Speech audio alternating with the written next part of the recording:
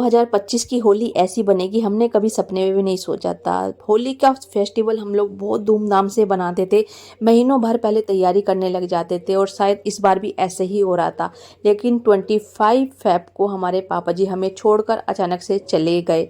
मतलब कभी नहीं सोचा था कि हम लोगों ने इस बार की होली ऐसी होली बनेगी। हमारा बिल्कुल भी मन नहीं है ये सब चीज़ें बनाने का, लेकिन हम बिना मन के ये सब चीज़ें बना रहे हैं। हम लोग महीने भर पहले होली की तैयारी में लग जाते थे, गूंजिए पापड़ चिप्स वगैरह बनाने के लिए, और इस बार भी ऐसे ही हो रहा था। और हम इतनी सारी गूंजियाँ बनाते थे, पूरा पूरा दिन हम लोगों को गूंजियाँ बनाने में लग जाता था। और जो फ्राई करने वाला काम होता था वो होता था हमारे पापा जी का।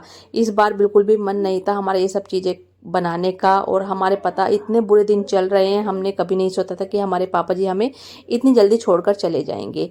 लेकिन सारे रिलेटिव घर पर आ रहे हैं, पड़ोसी घर पर आ रहे हैं, तो उन्होंने बोला कि तुम्हारे पापा जी को बहुत ज़्यादा शौक था इन चीज़ों का, वो बहुत अच्छे से बनाते थे, खिलाते थे सभी लोगों को, तो तुम्हें भी थोड़ा सा बनाना चाहिए। तो हम लोगों ने थोड़ा सा सामान लाया और हम लोगों ने 15-20 गूंजिए पूजने के लिए बनाई, सिर्फ और सिर्फ अपने पापा जी के लिए, पापा जी को भोग लगाने के लिए। मतलब ये होली ऐसी आएगी हमने कभी नहीं सोचा था। तो हम लोगों ने गूंजिया वगैरह बना ली, और उसके बाद गूंजिया बनाने के बाद हम लोग गए होली का पूजने के लिए। सभी पड़ोसी से पूछा, क्योंकि हम भी अभी बच्चे हैं, हमें बिल्कुल भी इन चीज़ों का बिल्कुल नॉलेज नहीं थी, और भगवान हमसे ये सब चीज़ें इतनी जल्दी कराएगा हमें बिल्कुल भी अंदाज़ा नहीं था। तो सब पड़ोसियों से पूछा, सबसे पूछा कि भाई कैसे कैसे पूजना है, तो सब लोगों ने बताया। जैसे जैसे सभी लोगों ने बताया वैसे वैसे हम लोगों ने किया।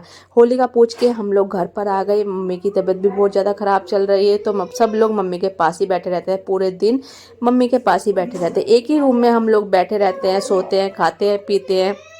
मतलब ऐसा लगता है कि हम लोगों की लाइफ एक रूम में सिमट कर रह गई है पापा जी के जाने के बाद।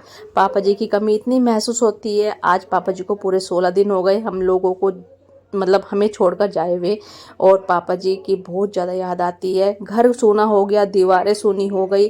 पापा जी की आवाज़ इतनी कड़क थी, फ़ोन पर बात करते थे, यहाँ तो आवाज़ इतनी दूर सुनाई देती थी। मतलब ऐसा हो गया कि पता नहीं हमारी लाइफ में क्या हुआ, किसकी नज़र लग गई। हम लोग एक शादी में गए, इतने ज़्यादा खुश थे, सभी लोग बहुत इंजॉय कर रहे थे, लेकिन सडनली ऐसा हुआ अचानक से। अगर कोई पापा जी की तबीयत ख़राब होती, बीमारी है कि हाँ तबीयत ख़राब है भाई कोई बात नहीं, लेकिन हमारे पापा जी को कुछ भी नहीं हुआ था, और वो अचानक से हम लोगों को छोड़कर चले गए। हमने कभी नहीं सोचा था, सपने में तबीयत ख़राब हमारी मम्मी की रहती थी, लेकिन पापा जी हमें छोड़कर इतनी जल्दी चले जाएंगे हम लोगों ने बिल्कुल भी नहीं सोचा था। तो ये गाइस सारे रीति रिवाज हम लोगों को करने हैं। बस हमारी होली का पूजा करके हम लोग घर पर आ गए थे। उसके बाद हम लोगों ने घर में पूजा वगैरह किया। माधव को बहुत ज़्यादा प्यार करते थे, उसके दादाजी बहुत ही ज़्यादा प्यार करते थे, तो हम लोगों ने माधव से ही पूजा कराई, और उसके बाद पापा जी को भोग लगाया। पहले भगवान जी को भोग लगाया, उसके बाद पापा जी को भोग लगाया। तो गूंजिए बहुत ही ज़्यादा टेस्टी बनी थी, जैसे हमारे पापा जी को पसंद आती है बिल्कुल सेम वैसे ही। मतलब ड्राई फ्रूट और मीठा बहुत ज़्यादा कम, और ड्राई फ्रूट ज़्यादा। तो इस टाइप की पापा जी गुंजिया बनवाते थे। तो हम लोगों ने भगवान जी को भोग लगाया, उसके बाद पतिदेव ने पापा जी को भोग लगाया। उसके बाद सभी लोगों ने थोड़ी थोड़ी सी गूंजिया खाई प्रसाद के रूप में। तो गाइस कभी कभी ऐसा हो जाता है, ना चाहते हुए भी हमें ये सब काम करने पड़ जाते हैं।